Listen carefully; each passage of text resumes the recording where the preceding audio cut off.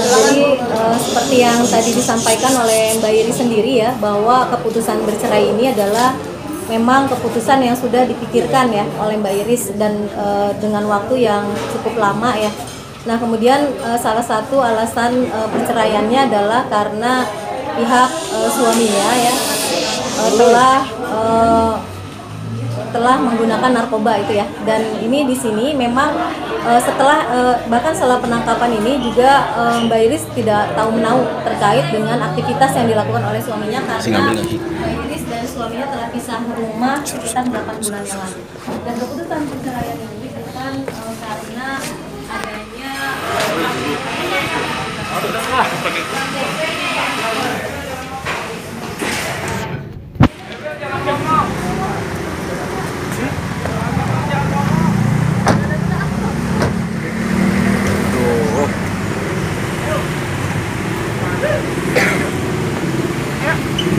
Tapi untuk sementara sih karena fokus terhadap proses perceraian, jadi Mbak Iris hanya fokus kepada prosesnya saja gitu.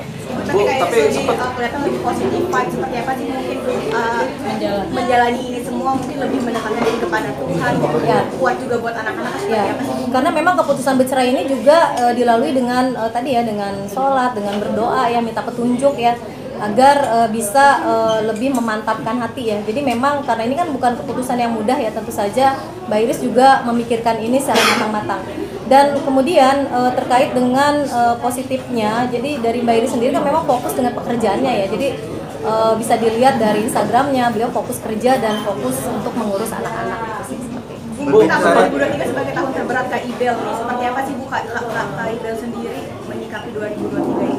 Ya ini pastilah, karena ini kan tadi keputusan yang tidak mudah, ini keputusan yang sangat sulit ya, dan dipikirkannya juga lama oleh Mbak Iris.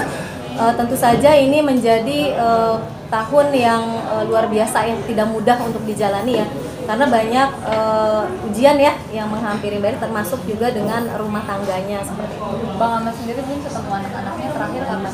Itu ketemuan terakhir itu hari Minggu ya, itu masih ada ketemuan ya, dan Mbak Iris kan memang membuka peluang ya, atau membuka ruang seluas-luasnya untuk ayahnya bisa ketemu anak-anak. Komunikasi pun tidak dibatasi, jadi ketemuan terakhir itu memang di hari Minggu ya. Terus kemudian setelah itu udah sampai hari ini nggak ada lagi ketemuan dengan anak-anak.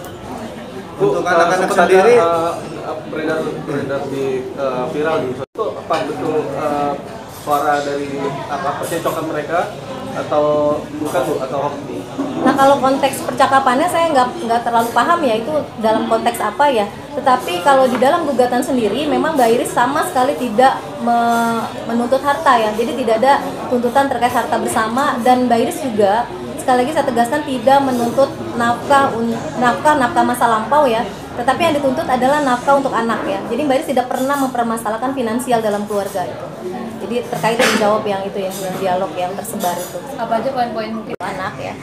Jadi untuk ditetapkan hak asuh anak kepada Mbak Iris sebagai ibunya, terus kemudian menuntut terkait dengan nafkah anak.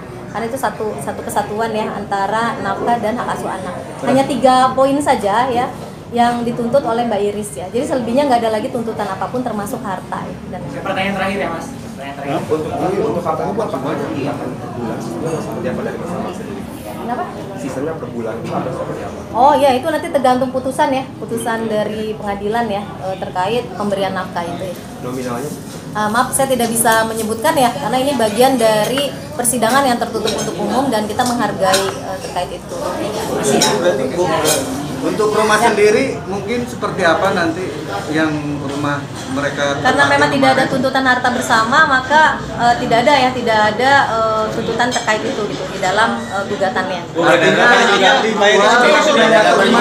karena Ibel sering minta uang bulanan terlalu besar yang di luar kemampuan dari si Amar. Apakah benar seperti itu? Nggak ada, karena nggak ada tuntutan terkait itu ya di dalam gugatannya. Bu, apa ada rencana rumah mau dijual terus dibagi-bagi gimana Bu?